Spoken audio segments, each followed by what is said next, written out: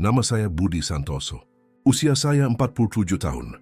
Dan saya menjabat sebagai koordinator hubungan klien di Core Bioteknologi selama 15 tahun. Hujan turun deras sore itu di Jakarta ketika Direktur baru Riana Sari mengucapkan kata-kata itu di depan seluruh tim saya. Saya hanya mengangguk, menjaga tangan saya tetap kokoh di atas meja mahoni di ruang rapat. Pendingin ruangan bertiup terlalu kencang, seperti biasa di lantai ini, dan saya merasakan hawa dingin merayap di punggung yang sama sekali bukan karena suhu ruangan. Semoga presentasi untuk klien hari Jumat nanti berjalan lancar, kata saya. Menjaga suara tetap terkendali. Ruangan itu hening seketika. Tim saya, orang-orang yang saya rekrut, saya latih, dan saya saksikan tumbuh dari staf junior menjadi kepala departemen, menatap meja seolah-olah ada rahasia yang tertulis di sana yang hanya bisa mereka lihat. Mata Riana menyipit. Usianya 32 tahun. Lulusan MBA dari salah satu universitas top di kawasan SCBD dengan rambut yang diluruskan sempurna dan blazer yang harganya mungkin lebih mahal dari mobil pertama saya. Dia baru direkrut 3 bulan lalu untuk memodernisasi operasional. Dia belum pernah sehari pun bekerja di bidang bioteknologi. Sebelumnya, apa maksudmu dengan itu? Tanyanya. Mengetukkan pulpen impornya ke meja seolah memberi irama pada musik yang hanya dia dengar. Saya tersenyum, senyum yang tidak sampai ke mata saya.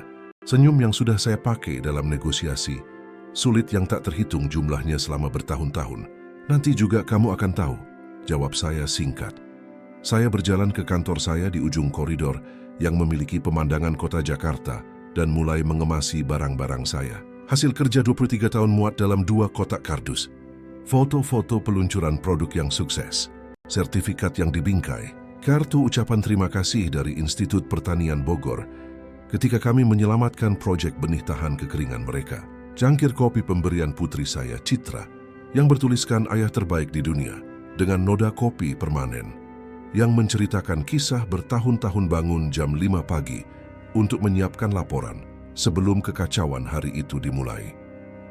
Riana mengikuti saya, berdiri di ambang pintu seperti elang yang mengincar mangsa. Dia ingin mengatakan sesuatu, tetapi tidak bisa menemukan kata-kata yang tepat.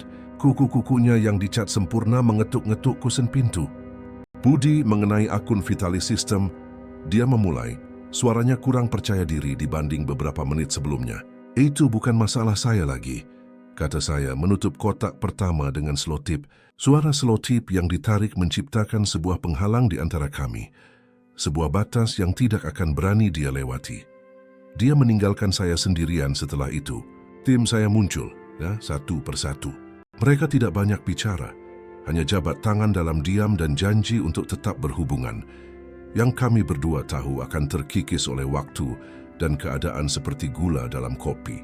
Rizky, yang memulai sebagai anak magang dan sekarang mengordinasikan akun-akun di wilayah Sumatera, meninggalkan catatan terlipat di meja saya tanpa berkata apa-apa. Pak Agus, spesialis regulasi kami, seorang pria Jawa yang hafal peraturan BPOM di luar kepala, hanya menggelengkan kepalanya tanda tidak setuju. Ibu Ratna, analis senior saya, adalah yang paling lama tinggal. Rambutnya yang mulai memutih membingkai wajah, yang telah menyaksikan perusahaan tumbuh dari sebuah ruko sewaan menjadi gedung pencakar langit dari kaca dan baja. Ini tidak benar, Pak Budi. Bisiknya membetulkan kacamatanya seperti yang selalu dia lakukan saat gugup. Tangannya, dengan urat biru menonjol dari ribuan laporan yang telah diketiknya, sedikit gemetar. Ini bisnis, kata saya padanya sambil menutup kotak kedua. Tapi kami berdua tahu itu bukan sekadar bisnis. Sebenarnya, saya sudah melihat ini akan terjadi sejak beberapa minggu lalu. Angin perubahan sudah berhembus kencang sejak Riana datang, dengan grafik warna-warni dan istilah bahasa Inggrisnya yang tampaknya membuat putra pendiri perusahaan terkesan. Dia telah meremehkan saya dalam hal-hal kecil, menjadwalkan rapat tanpa saya, mempertanyakan keputusan saya di depan klien, seolah-olah menunjukkan kesalahan ketik di tengah presentasi penting. Minggu lalu dia menyarankan kepada manajemen Puncak bahwa pendekatan saya yang ketinggalan zaman memperlambat perusahaan. Pendekatan saya yang membuat Corbio bertahan melalui 3 krisis ekonomi. Apa yang tidak dia ketahui adalah bahwa saya menyimpan catatan rinci setiap pengabaian, setiap upaya untuk menyingkirkan saya. Saya juga sudah bersiap untuk skenario terburuk. Karena dalam 15 tahun mengelola akun bernilai miliaran di negara, di mana hubungan pribadi adalah modal yang kuat, Anda belajar merencanakan segalanya.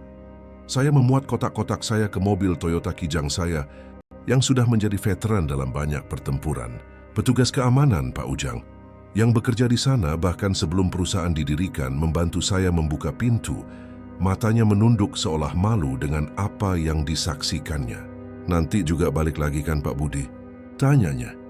Dengan logat Sunda yang masih kental meski sudah puluhan tahun di Jakarta. Keadaan berubah Pak Ujang, jawab saya menepuk bahunya.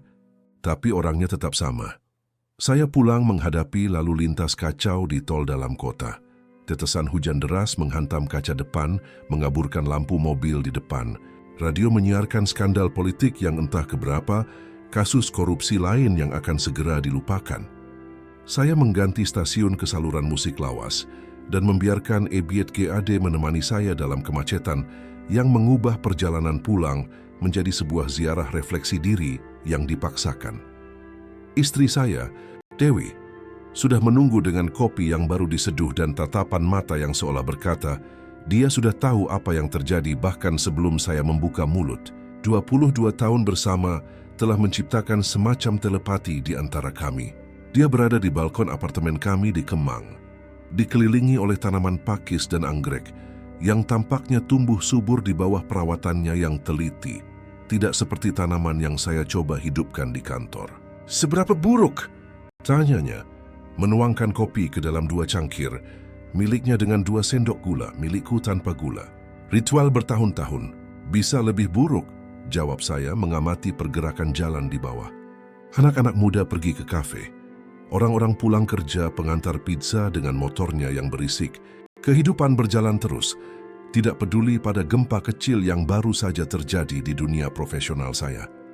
Tapi duduk di sana di dapur, menatap kotak-kotak yang merangkum 2 dekade dedikasi, saya merasakan sesuatu yang sudah lama tidak saya rasakan. Bukan amarah, bukan kesedihan, tapi sesuatu yang lebih tajam. Sesuatu yang saya kenali sebagai dorongan yang sama, yang membuat saya meninggalkan kota kecil Sukabumi untuk mencoba peruntungan di ibu kota. Riana telah membuat kesalahan besar, dan dia tidak akan menyadarinya sampai Jumat pagi ketika Vitalis System menelepon menanyakan di mana presentasi mereka. Presentasi yang hanya saya yang tahu cara menyampaikannya.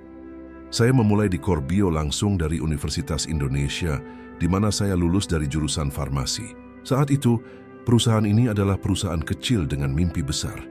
Dan masalah yang lebih besar lagi, menempati 2 lantai di sebuah gedung komersial di kawasan Glodok. Pendirinya Pak Hartono Wiryo, seorang pria dari Jawa Tengah yang bicaranya lembut dan tatapannya tajam, bertaruh pada seorang anak desa tanpa pengalaman. Tapi dengan kemauan keras dan skripsi yang memenangkan penghargaan tentang protein rekombinan.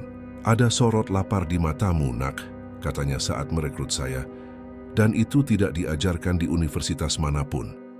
Saya menghabiskan 5 tahun pertama saya mempelajari segalanya. Prosedur laboratorium, kepatuhan terhadap peraturan, psikologi klien, seluk-beluk birokrasi Indonesia. Saya belajar menavigasi labirin persetujuan BPOM dan cara menjelaskan proses bioteknologi yang rumit kepada investor yang nyaris tidak tahu perbedaan antara bakteri dan virus. Pada usia 30, saya memimpin Departemen Hubungan Klien. Pada usia 35, saya adalah orang yang dihubungi perusahaan-perusahaan ketika mereka membutuhkan solusi bioteknologi yang cepat dan berkualitas. Pria yang menyelesaikan masalah. Saya membangun hubungan yang membuat Corbio tetap bertahan selama krisis tahun 2008. Ketika pesaing yang lebih besar dan lebih mapan menutup pintu atau menjual operasinya ke perusahaan multinasional. Ketika pesaing bangkrut, kami justru berkembang karena klien kami tidak percaya pada sebuah perusahaan bernama Corbio Teknologi. Mereka percaya pada Budi Santoso. Dewi memahami tuntutan pekerjaan saya. Panggilan telepon larut malam dari klien di luar negeri, perjalanan akhir pekan untuk mengamankan kontrak baru di Surabaya, Medan, dan Makassar. Dia membesarkan putri kami, Citra, hampir sendirian sementara saya membangun sesuatu yang penting, sesuatu yang menopang keluarga kami, dan mempekerjakan 63 orang yang bergantung pada saya untuk membayar cicilan rumah, sekolah swasta, dan perawatan medis. Tapi segalanya mulai berubah ketika Pak Hartono pensiun 2 tahun lalu setelah serangan jantung yang oleh dokter disebut sebagai peringatan terakhir. Putranya Bima mengambil alih sebagai CEO dan membawa konsultan manajemen yang berbicara tentang disruption dan agile mindset dan melihat karyawan sebagai item dalam spreadsheet Excel. Orang-orang dengan gelar MBA mahal dan tanpa pengalaman praktis di industri kami. Riana adalah salah satu konsultan yang entah bagaimana meyakinkan Bima bahwa dia bisa mengoptimalkan strategi keterlibatan klien kami. Seolah-olah hubungan yang dibangun selama beberapa dekade dapat dioptimalkan oleh seseorang yang tidak tahu perbedaan antara antibodi monoklonal dan aspirin. Tanda-tanda bahaya sudah ada sejak hari pertama. Dia datang ke pertemuan klien tanpa pengetahuan sebelumnya dan menyela saya saat presentasi untuk menyarankan perubahan yang tidak masuk akal. Suatu kali, dalam pertemuan dengan Kementerian Kesehatan, dia mempertanyakan metodologi pengujian kami di depan Sekretaris Jenderal, hampir membuat kami kehilangan kontrak senilai 50 miliar rupiah. Dia mengatur ulang sistem pengarsipan saya tanpa bertanya. Membuat dokumen-dokumen penting salah tempat. Dia menerapkan CRM baru yang mahal yang tidak ada yang tahu cara menggunakannya dengan benar. Yang terburuk dari semuanya, dia mulai menjadwalkan panggilan dengan klien terbesar saya. Dengan alasan dia perlu mengevaluasi tingkat kepuasan mereka, seolah-olah dia bisa mengukur dalam metrik dan grafik apa yang saya bangun bertahun-tahun melalui percakapan saat makan malam, komitmen yang ditepati, dan masalah yang diselesaikan pada pukul 3 pagi. 3 minggu yang lalu, saya masuk kantor pagi-pagi sekali, bahkan sebelum resepsionis datang, ketika hanya Pak Ujang dan petugas kebersihan yang berkeliaran di koridor yang sunyi. Saya mendengar suara Riana dari ruang konferensi, sedang menelepon seseorang dari kantor pusat. Pintunya sedikit terbuka, dan kata-katanya menghantam saya seperti air es. "Metode Budi sudah usang," katanya. Suaranya bergema di ruangan kosong. Klien menghormatinya karena kebiasaan, tetapi mereka membutuhkan pemikiran baru. Saya bisa memberikan hasil yang sama dengan setengah biaya operasional. Dan kita harus realistis, usianya sudah hampir 50 tahun.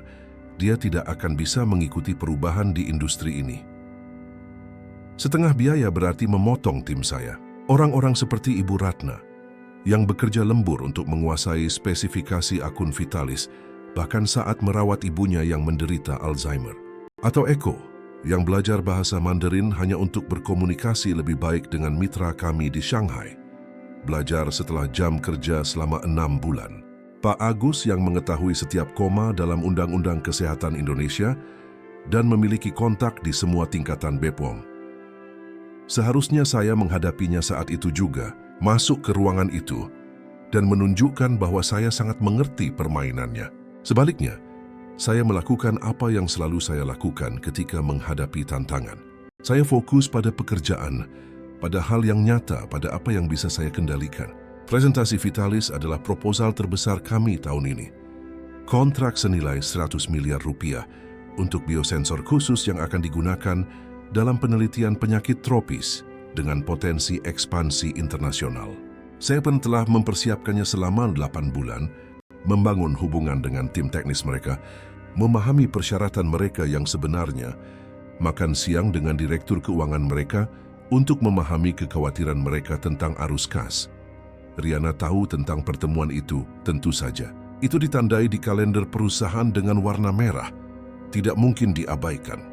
Tapi dia tidak tahu detailnya, nuansanya, pekerjaan di belakang layar. Di kepalanya presentasi adalah slide PowerPoint, grafik yang indah, dan slogan-slogan motivasi. Dia tidak mengerti bahwa Direktur Teknologi Vitalis, Dr. Bambang Setiawan, benci presentasi formal. Dia lebih suka diskusi teknis langsung, dengan angka dan fakta, tanpa basa-basi. Dia tidak tahu bahwa Direktur Pembelian Dr. Indah Lestari, yang sudah 20 tahun tinggal di Indonesia, hanya percaya pada pemasok yang bisa berbicara dalam bahasa teknisnya tanpa penyederhanaan yang berlebihan. Dia tidak mengerti bahwa CEO-nya, Pak Suryo Pranoto, pendiri perusahaan dan seorang profesor pensiunan dari ITB, mengambil keputusan berdasarkan jadwal implementasi dan dampak ilmiah, bukan pada penghematan biaya atau tren pasar. Ironisnya sempurna, hampir puitis. Riana telah memecat saya agar terlihat tegas dan visioner di mata Bima. Tapi pada Jumat pagi, ketika Vitalis menelepon dan secara spesifik mencari Budi Santoso, dia akan belajar perbedaan antara mengelola orang dan mengelola hubungan. Kamis malam saya tidak bisa tidur, bukan karena khawatir, tapi karena antisipasi, jenis energi gugup yang sama yang saya rasakan sebelum mempertahankan skripsi saya di universitas. Dewi menemukan saya di dapur pada jam 2 pagi, duduk dengan secangkir kopi kental dan laptop saya terbuka. Cahaya kebiruan dari layar menerangi ruangan yang gelap, seperti akuarium di malam hari. Kamu merencanakan sesuatu, katanya. Itu bukan pertanyaan, hanya berpikir, jawab saya menutup beberapa jendela browser. Dia duduk di depan saya, mengenakan jubah mandi biru pudar yang dia tolak untuk diganti. 22 tahun pernikahan mengajarinya kapan harus mendesak dan kapan harus menunggu.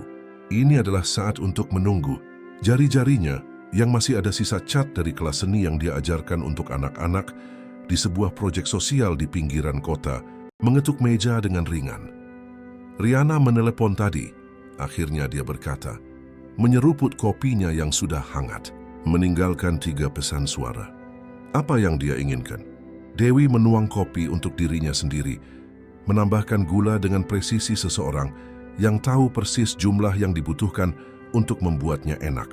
Detail tentang presentasi Vitalis. Kedengarannya, putus asa. Dewi tersenyum-senyum tipis yang membentuk kerutan kecil di sudut matanya. Dia ada di sana selama semua malam-malam lembur, semua akhir pekan yang saya habiskan untuk membangun hubungan dengan klien. Dia melihat saya melewatkan hari ulang tahun, wisuda dan resital piano citra, karena seorang klien di Makassar mengalami keadaan darurat atau karena satu batch reagen tertahan di bea cukai. Dia mengerti apa yang telah saya bangun lebih baik daripada siapapun.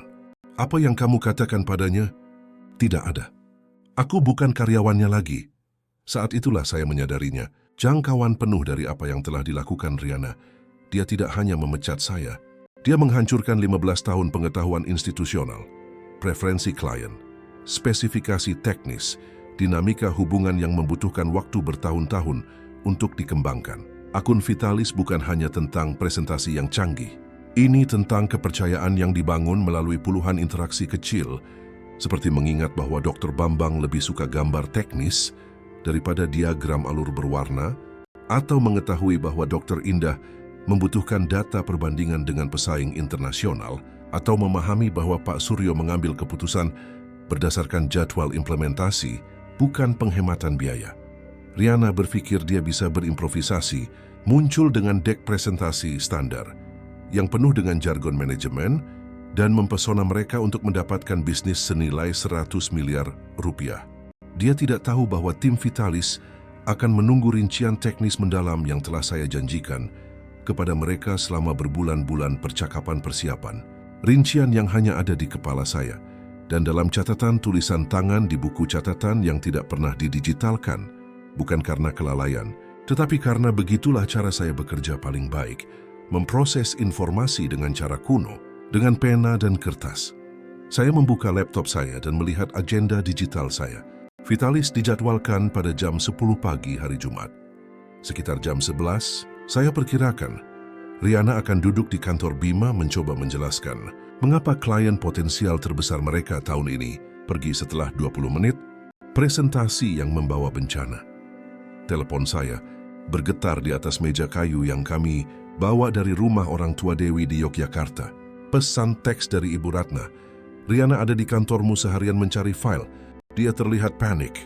Dia bertanya, di mana kamu menyimpan spesifikasi teknis Vitalis? Saya menjawab, file-file itu ada di server. Dia punya akses ke semuanya. Yang secara teknis benar, dia memiliki akses ke kontrak, informasi dasar klien, template presentasi standar, data mentah yang bisa diakses oleh karyawan baru manapun.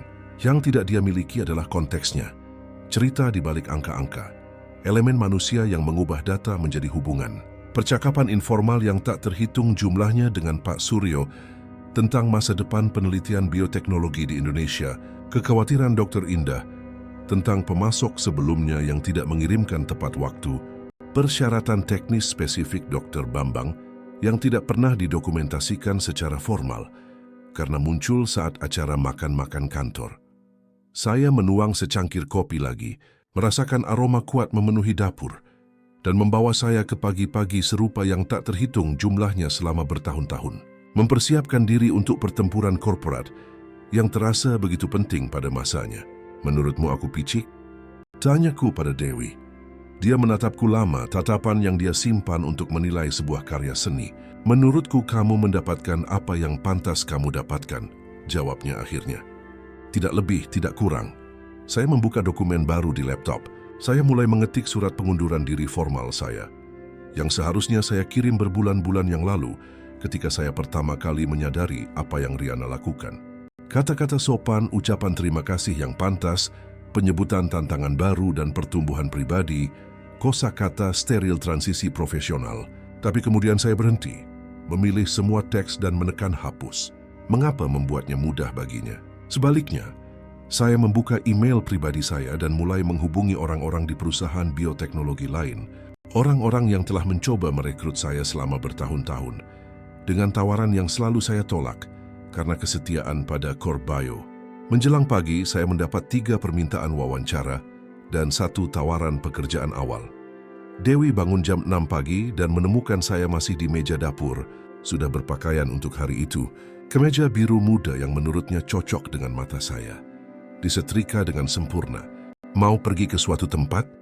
Tanyanya. Menyiapkan sarapannya, roti gandum dengan keju putih dan tomat, ritual harian selama lebih dari 1 dekade, ke sebuah kafe di Menteng. Wifi-nya bagus. Tempat yang tenang untuk melakukan beberapa panggilan telepon. Emari siri, Sasta. Dia mencium keningku, meninggalkan aroma ringan krim wajah di udara. Semoga sukses. Saya tidak berencana untuk menghancurkan siapapun. Saya berencana membiarkan Riana melakukannya sendiri. Tersandung pada ketidakberpengalaman dan arogansinya sendiri.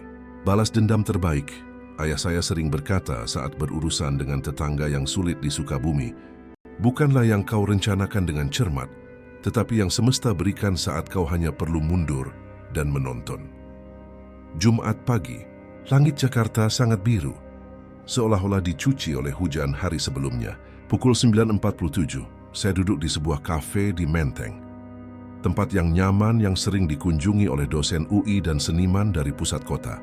Aroma biji kopi yang baru disangrai dan pisang goreng yang baru diangkat dari wajan menciptakan suasana hangat yang kontras dengan kekacauan perkotaan di luar. Telepon saya mulai berdering, Riana.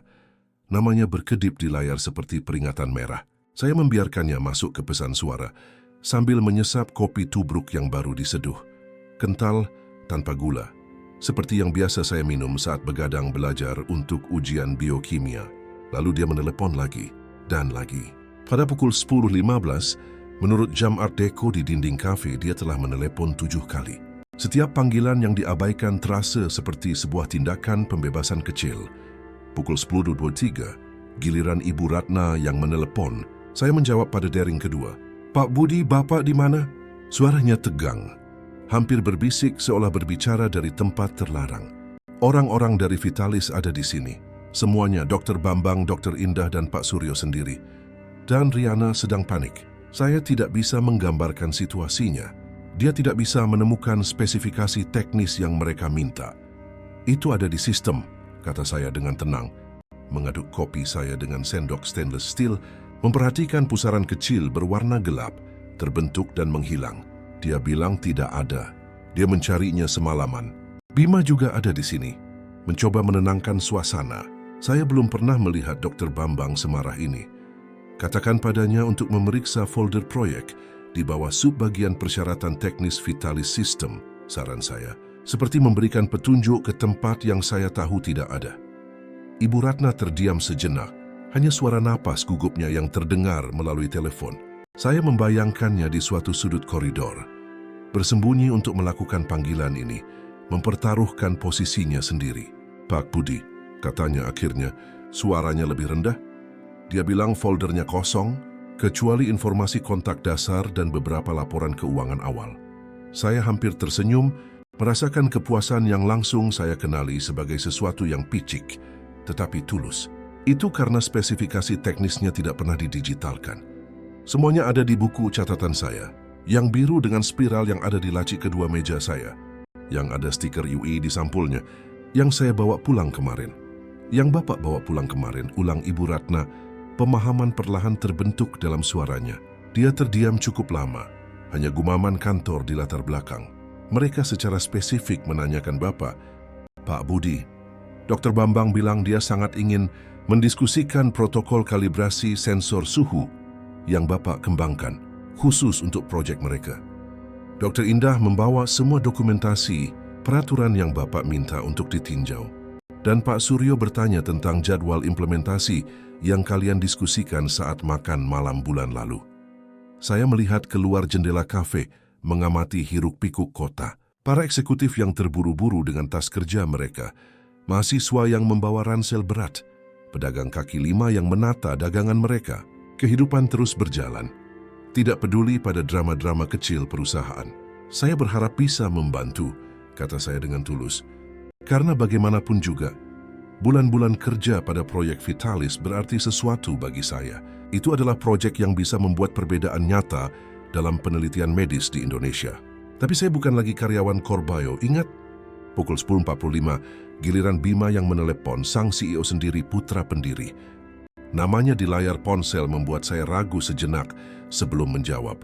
Budi, suaranya terdengar tegang, terkendali, jenis kontrol yang membutuhkan usaha. Saya butuh kamu datang ke sini. Ada kesalahpahaman. Tidak ada kesalahpahaman, Bima. Saya dipecat kemarin, berlaku segera.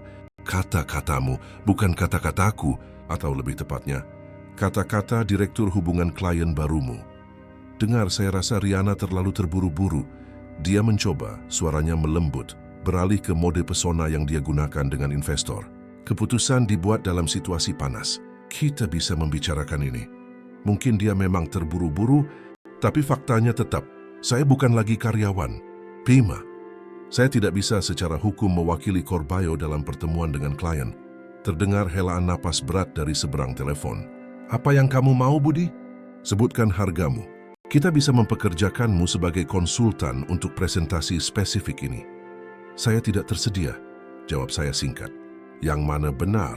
Saya punya wawancara telepon dengan Bio Maju. Pesaing utama Corbio pada jam 2 siang, Wakil Presiden Pengembangan Bisnis, Pak Heru Wijaya, telah menelepon secara pribadi setelah menerima CV saya pagi itu. Terkejut dan senang dengan kemungkinan merekrut saya. Sekitar pukul 11.30, menurut pesan dari Ibu Ratna, tim Vitalis telah meninggalkan gedung Corbio. Mereka memberi Riana waktu tepat 20 menit untuk menunjukkan dokumentasi teknis yang telah mereka minta secara spesifik dalam email sebelumnya. Email yang ditujukan kepada saya, bukan ke alamat umum perusahaan. Ketika dia tidak bisa memberikannya, dengan alasan reorganisasi sistem dan periode transisi, mereka dengan sopan meminta maaf dan mengatakan akan mengevaluasi kembali pilihan mereka untuk kemitraan strategis. Sebuah kalimat yang di dunia korporat Indonesia berarti kesepakatan itu mati. Riana menelepon lagi pada tengah hari. Kali ini saya menjawab, penasaran ingin mendengar apa yang akan dia katakan.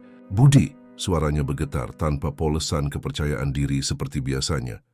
Kamu harus membantuku. Ini sabotase perusahaan. Kamu sengaja menyembunyikan informasi vital. Ini adalah konsekuensi, Riana, jawab saya dengan tenang, membayar tagihan saya, dan meninggalkan tip yang murah hati untuk pelayan yang terus mengisi cangkir saya sepanjang pagi. Konsekuensi dari keputusan yang kamu buat. Saya bisa melaporkanmu atas sabotase perusahaan, menyembunyikan informasi perusahaan. Itu kejahatan. Suaranya naik 1 oktav. Keputusasaan jelas mengambil alih. Informasi apa? Tanyaku sambil melangkah keluar ke panasnya jalanan. Saya mengambil barang-barang pribadi dari kantor saya, seperti hak saya. Buku-buku catatan itu milik saya, dibeli dengan uang saya sendiri di toko buku mal. Semua file resmi perusahaan tetap utuh di server. Bukan salah saya jika kamu tidak tahu di mana harus mencari atau apa yang harus dicari. Kamu tahu bukan begitu cara kerjanya di dunia nyata, Budi. Sebenarnya justru beginilah cara kerjanya, Riana. Saya dipecat tanpa alasan yang jelas dan tanpa pemberitahuan setelah 23 tahun bekerja. Corbio melepaskan hak apapun atas kerja sama sukarela saya saat kamu mengatakan, Kami sedang merestrukturisasi departemen Anda dan posisi Anda tidak ada lagi. Kemarin pukul 15.07, dia menutup telepon secara tiba-tiba. 10 menit kemudian, keamanan perusahaan menelepon meminta saya mengembalikan buku-buku catatan perusahaan saya. Saya dengan sopan menyuruh mereka memeriksa kontrak kerja saya. Bagian 12 paragraf 3, buku catatan pribadi, perangkat elektronik, dan barang-barang lain yang dibeli dengan dana pribadi tetap menjadi milik eksklusif karyawan, terlepas dari konten yang terkait dengan pekerjaan. Sebuah klausul yang saya sarankan sendiri bertahun-tahun yang lalu, setelah seorang peneliti berbakat keluar hanya membawa kecerdasannya, meninggalkan catatan berharga yang akhirnya diarsipkan dan dilupakan.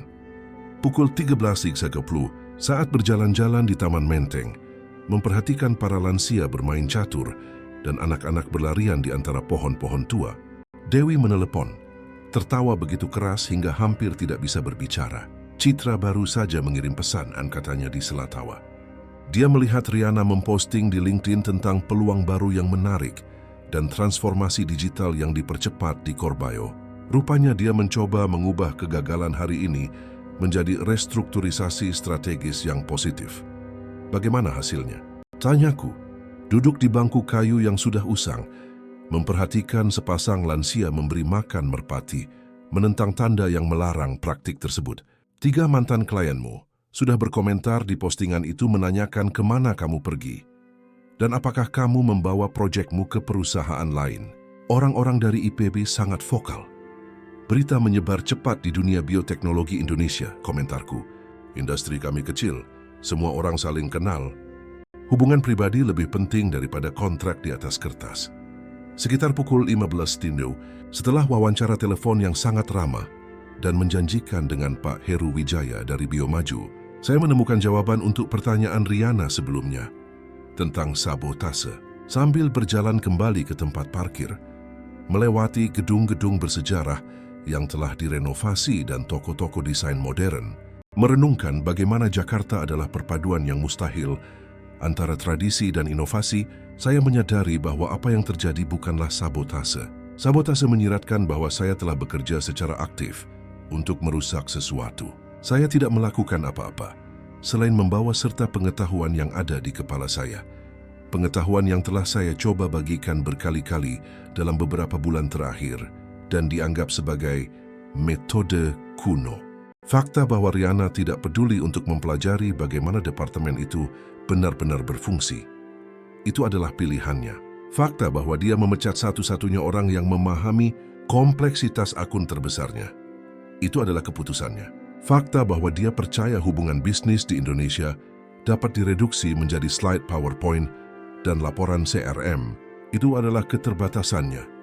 Saya menghabiskan 15 tahun membangun sesuatu yang berharga, bata demi bata, percakapan demi percakapan, masalah demi masalah yang diselesaikan. Riana menghabiskan 15 menit menghancurkannya dengan keputusan impulsif, berdasarkan teori manajemen yang berhasil dalam studi kasus Harvard, tetapi tidak dalam hubungan bisnis Indonesia yang kompleks. Sekarang dia sedang belajar betapa berharganya pengetahuan itu sebenarnya. Telepon saya bergetar dengan pesan lain dari Ibu Ratna. Vitalis menelepon. Mereka ingin tahu apakah Bapak tersedia untuk konsultasi freelance. Rupanya mereka sangat tidak puas dengan kurangnya persiapan Corbayo. Mereka menyebutkan bahwa proyek ini mendesak dan mereka membutuhkan seseorang yang memahami kompleksitas, regulasi, dan teknis. Mereka meminta kontak pribadi Bapak. Saya berhenti di tengah trotoar, menyebabkan kemacetan kecil pejalan kaki yang membuat saya mendapat tatapan kesal. Itu menggoda. Menerima konsultasi itu akan menjadi pukulan terakhir. Bukti definitif bahwa Riana telah melakukan kesalahan kolosal. Tapi sesuatu dalam diri saya, mungkin dorongan yang sama yang membuat saya meninggalkan Sukabumi puluhan tahun yang lalu, mengatakan sudah waktunya untuk melihat ke depan, bukan ke belakang. Katakan pada mereka saya sangat menghargai minat mereka, tapi saya tidak tersedia untuk proyek freelance saat ini, jawab saya. Tapi mereka mungkin bisa mempertimbangkan Biomaju untuk kebutuhan bioteknologi mereka. Saya dengar mereka sedang memperluas divisi biosensor mereka. Terkadang, balas dendam terbaik adalah dengan menyingkir dan membiarkan orang menghadapi konsekuensi dari tindakan mereka sendiri. Seperti yang ayah saya katakan sambil memperhatikan tetangga yang meremehkannya, kehilangan panen karena tidak mengikuti nasihatnya. Hidup itu guru terbaik, budi, dan bunganya sangat tinggi untuk setiap pelajaran. Sabtu pagi membawa langit yang cerah dan aroma roti dari toko roti di sudut jalan, saya sedang menata koleksi piringan hitam saya, sebuah hobi yang ditoleransi Dewi dengan baik, ketika saya menerima telepon dari Eko, mantan rekan saya dari tim Shanghai. "Pak Budi, ada sesuatu yang harus saya ceritakan," katanya. Logat Jawanya lebih kentara saat gugup. "Seharusnya saya ceritakan ini beberapa minggu yang lalu." Saya menuang kopi ke dalam cangkir yang selamat dari pindahan kantor dan duduk di kursi di balkon. Hiruk-pikuk lingkungan menciptakan musik latar perkotaan yang akrab. Obrolan tetangga, anak-anak bermain bola di jalan, pedagang keliling menjajakan buah segar. Saya mendengarkan, jawab saya, membiarkan keheningan merentang dengan nyaman. "Riana telah menelepon klien internasional kita," dia memulai dengan ragu. "Bukan untuk membangun hubungan, seperti yang dia katakan di rapat, tapi untuk mendapatkan informasi spesifik. Dia ingin tahu tentang persyaratan kontrak, tanggal perpanjangan, struktur harga, hal-hal yang seharusnya dia pelajari dari arsip internal atau dengan bertanya langsung pada Bapak." Gambaran itu menjadi lebih jelas, seperti saat potongan terakhir puzzle terpasang. "Apa lagi, Eko?" Dia meminta saya untuk mengirim salinan semua korespondensi saya dengan klien dari Tiongkok. Katanya untuk peninjauan jaminan kualitas dan audit proses. Ketika saya bilang itu sudah tercatat di sistem CRM yang dia terapkan sendiri, dia bersikeras membutuhkan yang asli, termasuk catatan pribadi dan obrolan informal di WeChat. Sesuatu yang dingin terasa di perut saya, seperti setelah minum air es terlalu cepat. "Kamu kirim?" "Tidak, Pak. Saya bilang saya butuh otorisasi resmi dari Departemen Hukum, mengingat undang-undang privasi di Tiongkok." Dia tidak memaksa setelah itu, tapi saya rasa dia sedang membangun kasus untuk melawan Bapak. Mencoba membuktikan bahwa Bapak menyembunyikan informasi atau salah mengelola akun, mencari pembenaran di kemudian hari untuk keputusan yang sudah dia ambil. Itu menjelaskan minatnya yang tiba-tiba pada metode saya, pertanyaan-pertanyaan mendesak tentang hubungan saya dengan klien, permintaan akses ke korespondensi yang biasanya tidak akan menarik bagi seorang direktur pemasaran. Riana tidak mencoba belajar dari saya atau memahami bisnisnya. Dia mencoba menggantikan saya dengan dokumentasi yang bisa dia kendalikan, mengubah hubungan pribadi menjadi proses standar, mengubah 20 tahun pengalaman menjadi sebuah manual yang bisa diikuti oleh lulusan baru manapun. "Ada lagi?" lanjut Eko, suaranya sekarang lebih tegas. "Kemarin setelah bencana Vitalis, dia mengadakan rapat darurat. Dia mengumpulkan seluruh tim hubungan klien di ruang konferensi yang besar, yang menghadap ke kota. Dia mengatakan kepada semua orang bahwa Bapak sengaja menahan informasi penting untuk menyabotase perusahaan, bahwa Bapak adalah karyawan yang tidak puas, yang menolak modernisasi yang diperlukan. Dan bagaimana tanggapannya? Tanyaku. Meskipun aku sudah bisa membayangkannya, Ibu Ratna langsung membantahnya. Dia berdiri. Bapak tahu gayanya tenang tapi tegas dan menunjukkan bahwa Bapak telah menawarkan untuk melatih Riana di semua akunnya ketika dia baru datang. Dia menunjukkan email yang Bapak kirim, yang menawarkan sesi transfer pengetahuan, mengingatkan semua orang tentang folder orientasi yang Bapak siapkan khusus untuk Riana, dengan profil rinci setiap klien penting. Dan Riana, dia bilang itu dangkal, dan Bapak menyembunyikan detail yang benar-benar penting. Saat itulah Pak Agus turun tangan. Dia bilang dia bekerja dengan Bapak selama 15 tahun, dan Bapak adalah orang yang paling teliti dan transparan yang pernah dia kenal.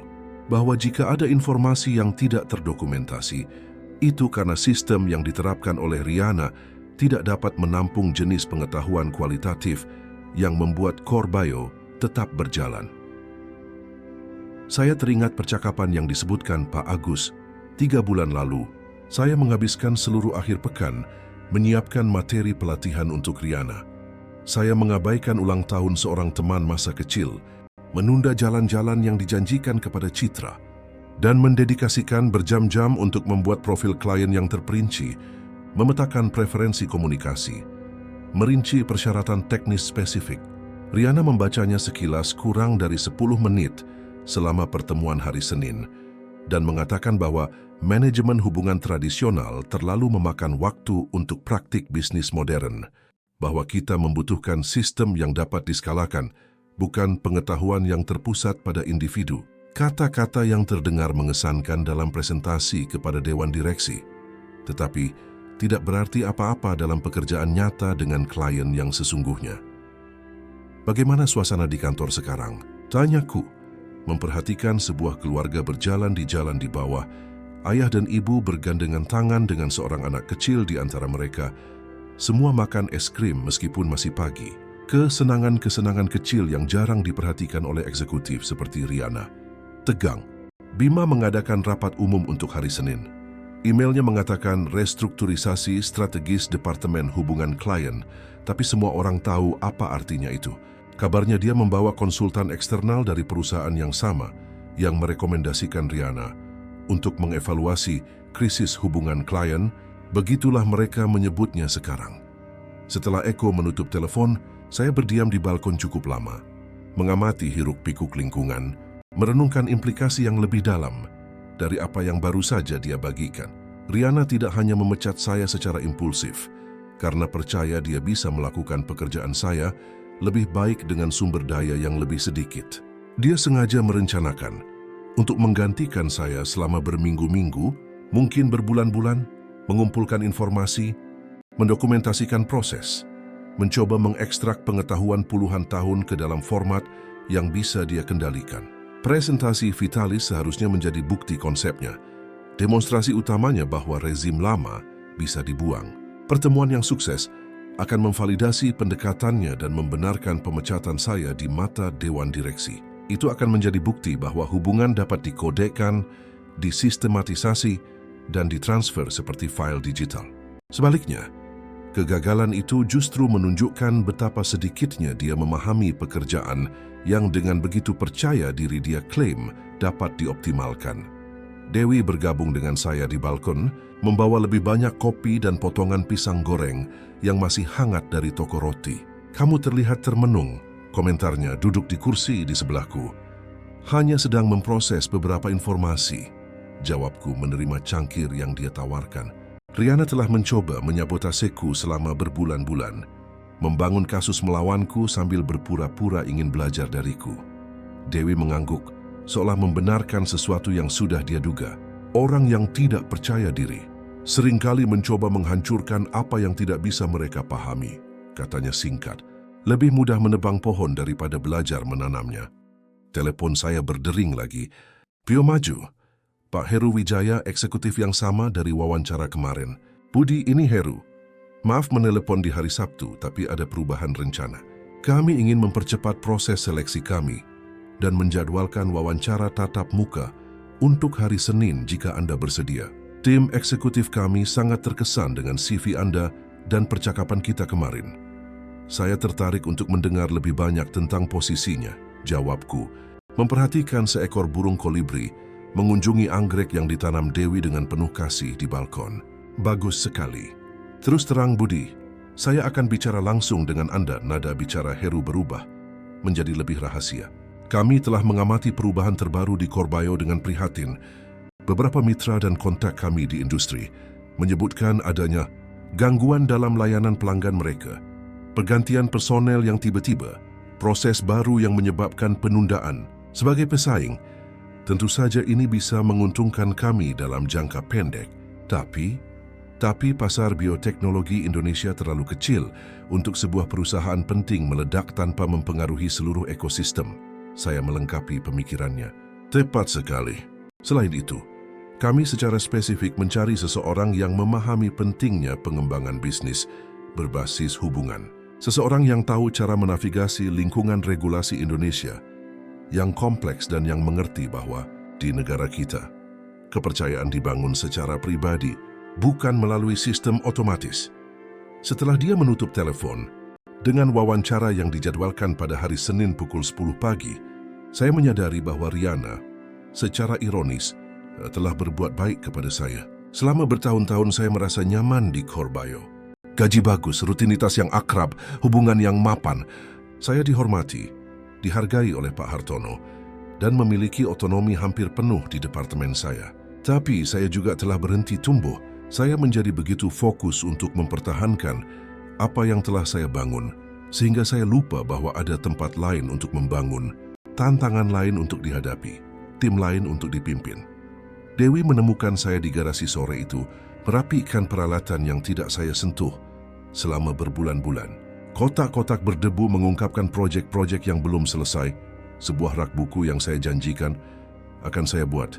Penyangga untuk tanamannya, perbaikan meja kayu di balkon. Hari yang produktif. Tanyanya bersandar di kusen pintu, mengamatiku dengan campuran kasih sayang dan geli yang menjadi ciri khas hubungan kami. Apa sih? Hari yang mencerahkan, jawabku.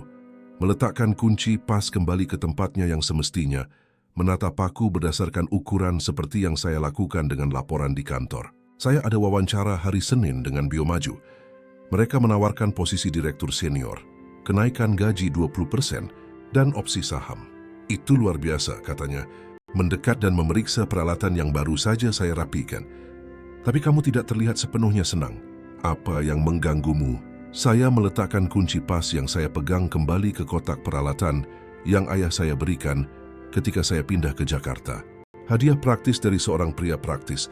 Aku terus memikirkan timku, aku mengaku. Ada Ibu Ratna, yang tinggal beberapa tahun lagi pensiun dan masih merawat ibunya yang Alzheimer. Eko, yang akhirnya berhasil membawa keluarganya dari Tiongkok setelah bertahun-tahun berpisah. Pak Agus, dengan 3 anak di universitas. Mereka orang-orang baik yang terjebak dalam kekacauan yang diciptakan Riana. Dan putaran konsultan berikutnya mungkin akan memperburuk segalanya. Dewi memegang tanganku, tangannya yang kecil dan bernoda cat.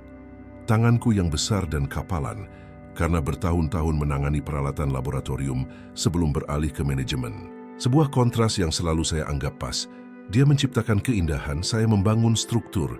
Kamu tidak bisa menyelamatkan semua orang, Budi, katanya lembut namun tegas. Sekalipun kamu ingin, kamu hanya bisa mengendalikan apa yang kamu lakukan selanjutnya. Dan itu sudah sangat banyak.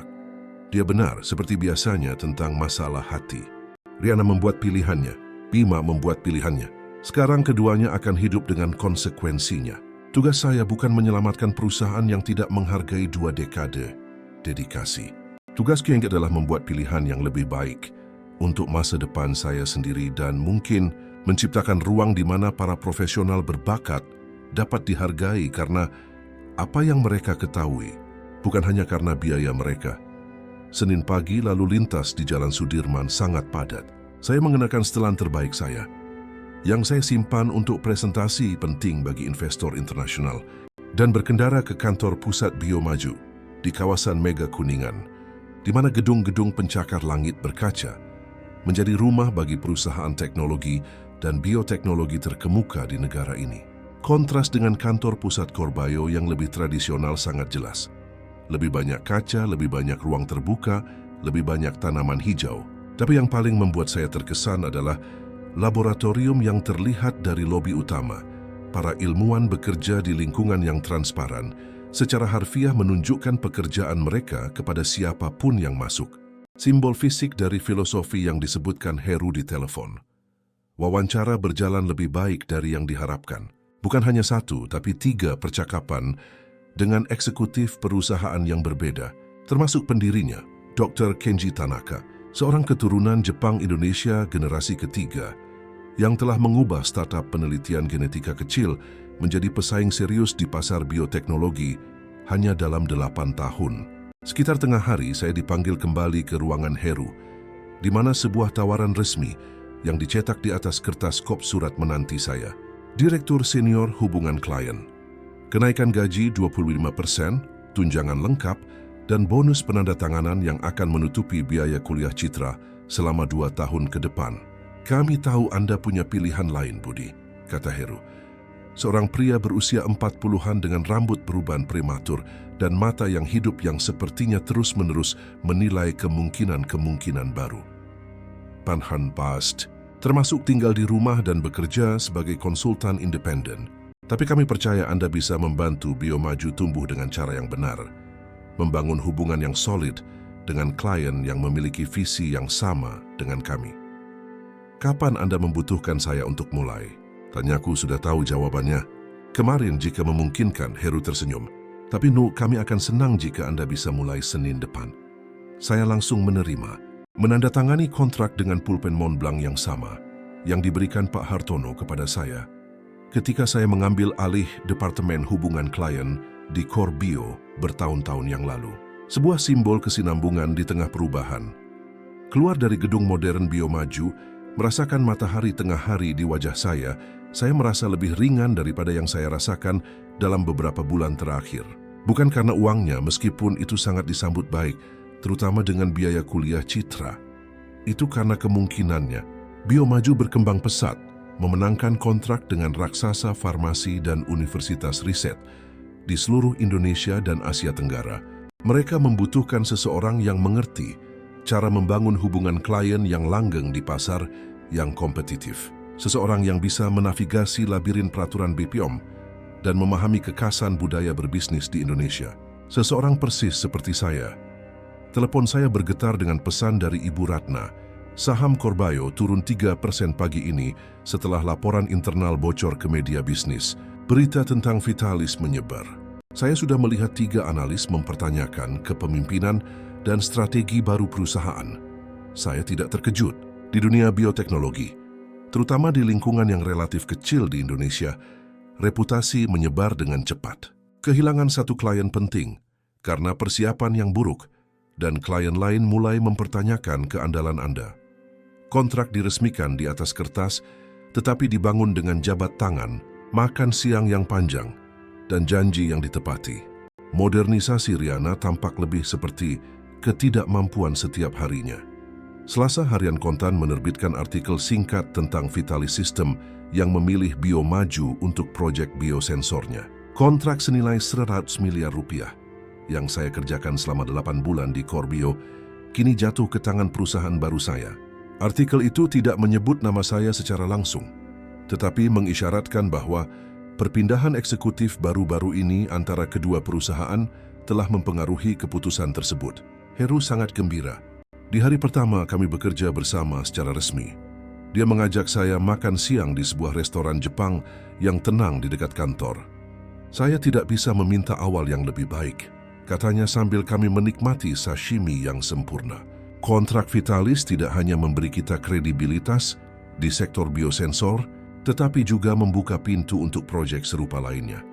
Dr. Tanaka sangat senang. Dia sudah mencoba masuk ke pasar ini selama bertahun-tahun. Rabu, Eko menelepon dengan kabar terbaru dari Corbio, dan Bima memecat Riana kemarin berlaku segera, katanya. Tidak bisa menyembunyikan nada kepuasan dalam suaranya. Dia memanggilnya ke kantornya tepat setelah rapat umum, dan 15 menit kemudian, keamanan mengantarnya keluar gedung, membawa sebuah kotak berisi barang-barangnya. Katanya Bima sangat marah, karena bocornya laporan internal dan hilangnya kontrak Vitalis. Bagaimana keadaan tim di sana? Tanyaku, benar-benar khawatir dengan rekan-rekan yang kutinggalkan. Sebagian besar merasa lega, tapi ada rumor yang mengkhawatirkan. Sepertinya Bima sedang berbicara dengan konsultan yang sama yang merekomendasikan Riana untuk membawa ahli transformasi digital lain untuk mengevaluasi efisiensi departemen. Rupanya dia tidak belajar dari kesalahannya. Saya merasakan simpati untuk mantan rekan-rekan saya. Mereka selamat dari pemerintahan Riana yang singkat dan penuh gejolak.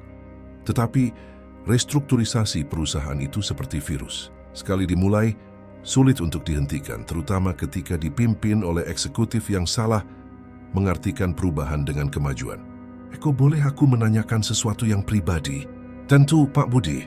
Apa itu? Apakah kamu bahagia di Corbio? Benar-benar puas dengan pekerjaanmu dan arah yang diambil perusahaan? Pada jeda panjang di seberang telepon, jenis keheningan yang membawa lebih banyak makna daripada banyak kata. Wow, sebenarnya tidak. Akhirnya dia mengaku. Nudwi Semai, sejak Pak Hartono pergi, semuanya berubah. Angka lebih penting daripada orang. Proses lebih penting daripada hasil. Saya baru saja menghabiskan 6 bulan belajar bahasa Mandarin untuk meningkatkan komunikasi kita dengan mitra Tiongkok. Dan sepertinya tidak ada yang peduli atau memperhatikan selain Bapak. Kenapa, Pak? Bio Maju sedang memperluas operasi internasionalnya, jelasku. Mereka secara spesifik mencari ahli pengembangan bisnis untuk pasar Asia. Seseorang dengan pengalaman dan kemampuan bahasamu akan sangat berharga, terutama seseorang yang mengerti bahwa hubungan bisnis dengan orang Tiongkok dibangun dengan kesabaran dan rasa hormat, bukan dengan kontrak yang agresif. Bapak serius? Suaranya naik 1 oktav. Kegembiraan terasa bahkan melalui telepon. Sangat serius. Saya resmi mulai Senin depan. Jika kamu tertarik, saya bisa menjadwalkan pertemuan dengan Direktur Operasi Internasional. Tanpa komitmen, hanya untuk menjajaki kemungkinan. Kamis, saat menyelesaikan detail kepergian saya dari Corbayo dengan Departemen Hukum, masalah tunjangan yang terakumulasi, pembagian keuntungan dan kerahasiaan, saya menerima telepon dari Heru Wijaya dengan proposal tak terduga. Budi, kami mengadakan rapat perencanaan strategis kemarin dengan Dewan Direksi. Dia memulai tanpa basa-basi. Kami berpikir untuk memperluas divisi konsultasi farmasi kami. Saat ini departemennya kecil, hanya 3 orang. Tapi kami melihat potensi besar, terutama dengan peraturan baru BPOM untuk biosimilar dan peluang ekspor ke pasar ASEAN. Kedengarannya seperti ekspansi yang signifikan. Benar, dan itulah mengapa kita bicara sekarang. Kami membutuhkan seseorang untuk memimpin ekspansi ini, seseorang dengan pengetahuan industri yang mendalam, keahlian regulasi, dan yang terpenting, hubungan yang sudah mapan. Dr. Tanaka menyarankan mungkin Anda mengenal kandidat potensial. Saya langsung teringat Ibu Ratna dengan 27 tahun pengalamannya dalam kepatuhan regulasi farmasi. Saya teringat berkali-kali dia berhasil menavigasi proses BPOM. Ketika semua orang mengira itu tidak mungkin, saya teringat ambisinya yang frustrasi. Riana telah mengabaikannya untuk promosi 3 kali dengan alasan dia terlalu tradisional dalam pendekatannya. Dan saya teringat situasi pribadinya, merawat ibunya yang sudah lanjut usia, membutuhkan stabilitas tetapi juga pengakuan. Saya mungkin mengenal seseorang yang sempurna untuk posisi itu. Jawab saya dengan hati-hati. Iya, tapi saya perlu memeriksa apakah dia terbuka untuk peluang baru. Jumat sore, setelah seminggu transisi antar pekerjaan, saya berkendara ke kafe di Menteng, tempat yang sama di mana saya menyaksikan awal kehancuran Riana seminggu sebelumnya.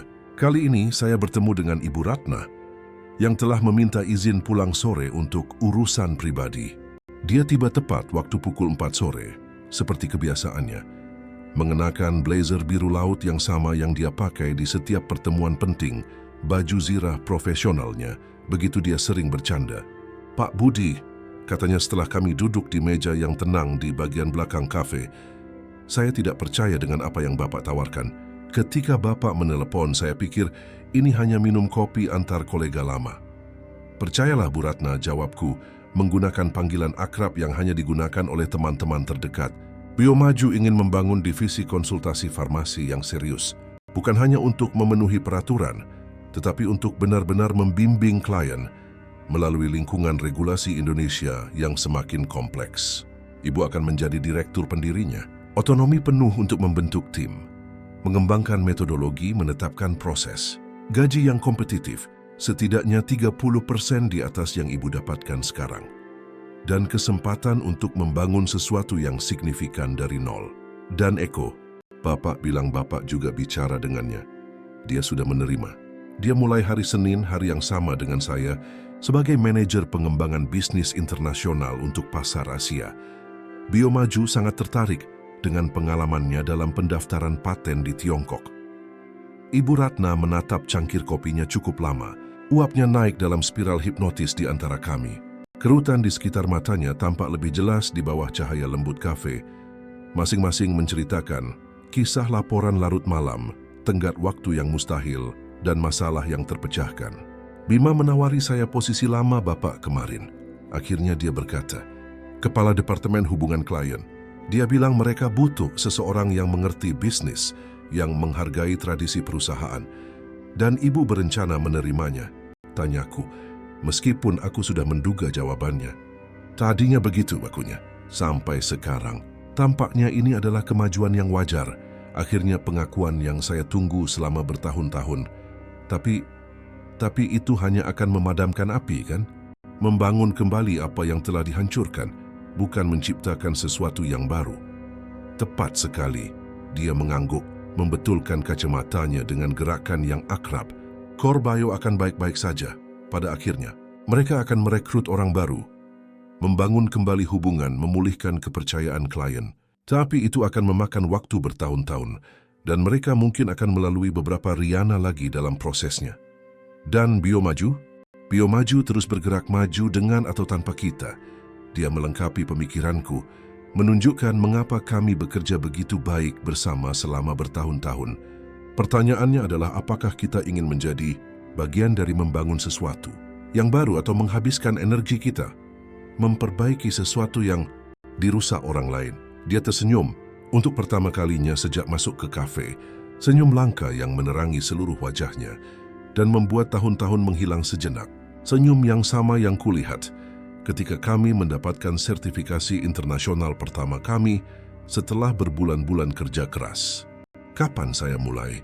Pada akhir minggu itu, Bio Maju telah merekrut 3 mantan karyawan CoreBio, saya, Ibu Ratna, dan Eko. Bukan melalui pembajakan perusahaan yang agresif atau perekrutan predator, tetapi melalui peluang.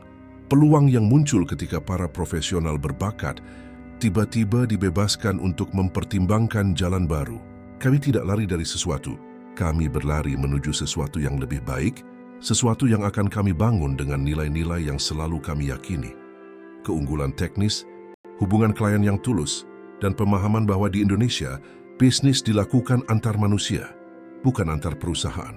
Riana tanpa sengaja telah mengajarkan kami semua pelajaran berharga tentang perbedaan antara mengelola orang sebagai sumber daya dan memimpin orang sebagai manusia dengan pengetahuan, pengalaman, dan potensi yang unik.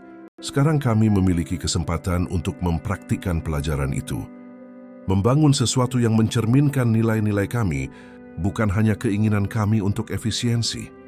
3 bulan kemudian, saya duduk di ruang konferensi di kantor Bio Maju yang baru diperluas, meninjau hasil kuartalan dengan Heru Wijaya, Ibu Ratna, dan tim eksekutif. Ruangan itu menghadap ke Sungai Ciliwung dan di seberangnya Cakrawala, Jakarta. Sebuah kota yang, seperti kami, terus-menerus menemukan kembali dirinya tanpa kehilangan esensinya. Angka-angka yang diproyeksikan di layar sangat mengesankan bahkan untuk standar optimis yang kami tetapkan. Divisi konsultasi farmasi Ibu Ratna. Pertumbuhan 200% hanya dalam 3 bulan, sudah dengan tim yang terdiri dari 7 ahli yang melayani klien di seluruh Indonesia. Kontrak internasional yang dipimpin oleh Eko. Peningkatan 150% dengan kemitraan baru di Tiongkok, Singapura, dan Korea Selatan. Skor kepuasan pelanggan mencapai rekor tertinggi di semua departemen. Budi, tim Anda telah melampaui semua proyeksi yang kami buat ketika kami memutuskan untuk memperluas area ini, kata Heru, jelas terkesan dengan grafik yang menanjak. Implementasi Vitalis saja telah menghasilkan 5 permintaan kontrak serupa yang baru. Klien yang menginginkan pendekatan personal yang sama dan perhatian terhadap detail teknis. Ibu Ratna, sekarang Direktur Konsultasi Farmasi dengan kantor dan asistennya sendiri, tersenyum dari seberang meja kaca. Proses persetujuan regulasi biosensor Vitalis lebih lancar dari yang diperkirakan siapapun, termasuk Vitalis sendiri. Kami berhasil mendapatkan persetujuan dalam separuh waktu normal. Ketika klien melihat efisiensi seperti itu, terutama dengan BPOM, berita menyebar dengan cepat. Eko bergabung melalui konferensi video dari Shanghai, di mana dia sedang menyelesaikan kesepakatan dengan sebuah rumah sakit riset besar. Perbedaan waktu berarti sudah malam baginya, tetapi antusiasmenya terlihat jelas bahkan melalui koneksi digital. Ekspansi internasional lebih cepat dari jadwal, lapornya, dengan latar belakang cakrawala pudong yang bercahaya. Kami sedang menjajaki 3 pasar baru di kuartal berikutnya, Vietnam, Indonesia, dan Filipina, dan berita tentang pendekatan kami dalam membangun hubungan menciptakan ekspektasi yang positif. Sore itu, setelah pertemuan yang sukses, saya menerima email tak terduga. Bima Wiryo ingin bertemu untuk minum kopi. Dia menyarankan kafe di Menteng, Sabtu depan, tempat yang netral. Wilayah tak betuan. Saya menjawab menerima undangan itu. Penasaran ingin mendengar apa yang ingin dia katakan. Kami bertemu pukul 10 pagi. Kafe sudah ramai dengan pelanggan akhir pekan. mahasiswa dengan laptop, pasangan yang menikmati brunch, para pensiunan yang mendiskusikan politik dengan suara pelan. Bima tampak lebih tua, lebih lelah dari yang saya ingat meskipun baru 3 bulan berlalu. Kantung mata yang dalam, rambut yang lebih beruban, postur yang kurang tegap. Biaya kepemimpinan tanpa kebijaksanaan tercetak di wajahnya. "Budi, saya berutang permintaan maaf padamu," katanya setelah pelayan membawa kopi kami. "Tidak, sebenarnya saya berutang lebih dari itu.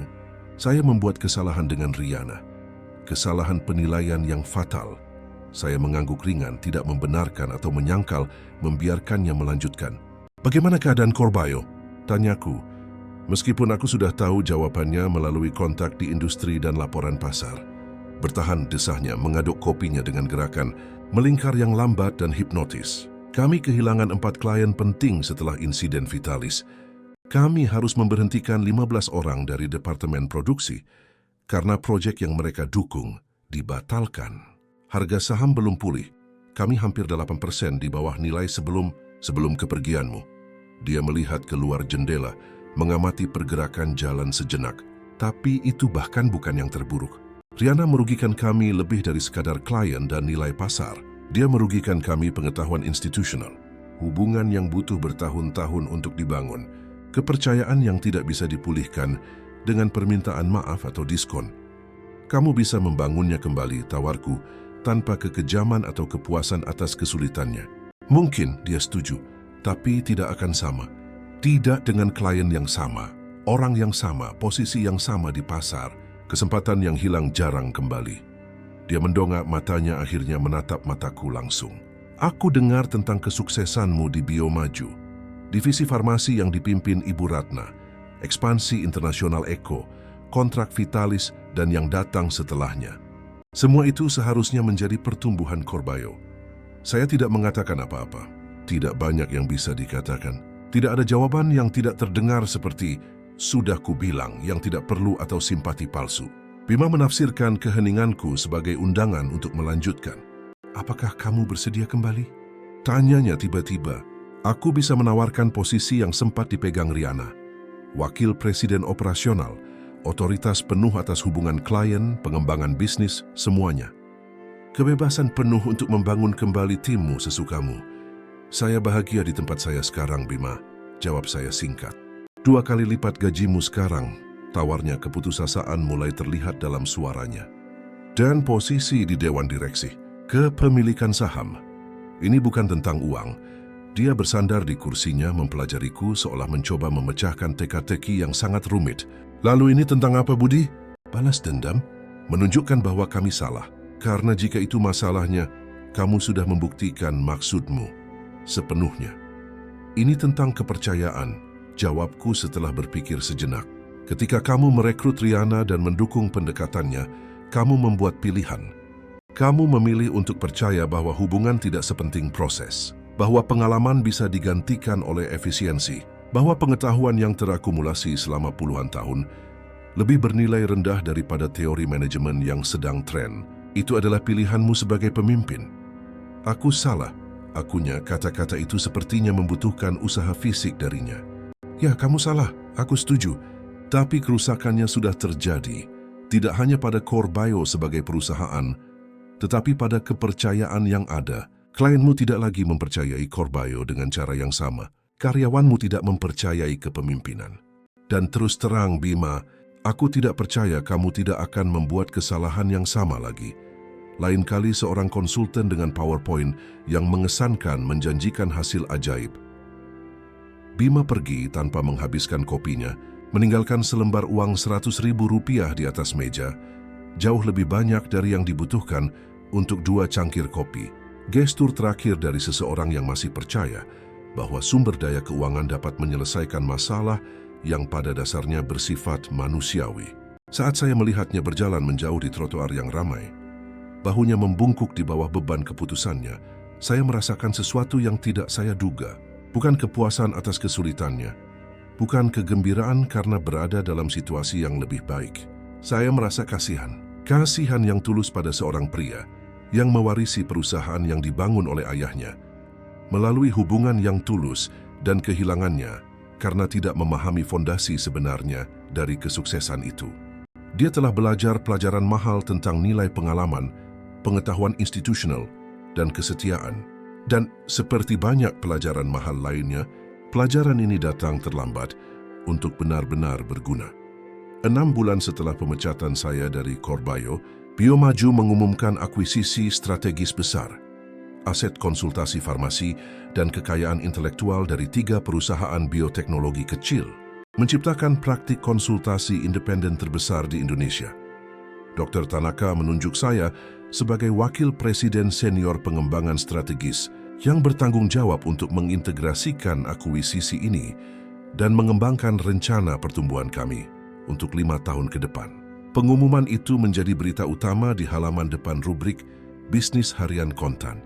Artikel itu, yang ditulis oleh seorang jurnalis veteran yang telah meliput sektor bioteknologi selama puluhan tahun, secara spesifik menyebutkan peran saya sebelumnya di Corbio, mencatat bagaimana kepergian saya telah mendahului periode gejolak dan penyesuaian strategis di perusahaan tersebut, sebuah eufemisme sopan untuk kekacauan yang terjadi setelahnya.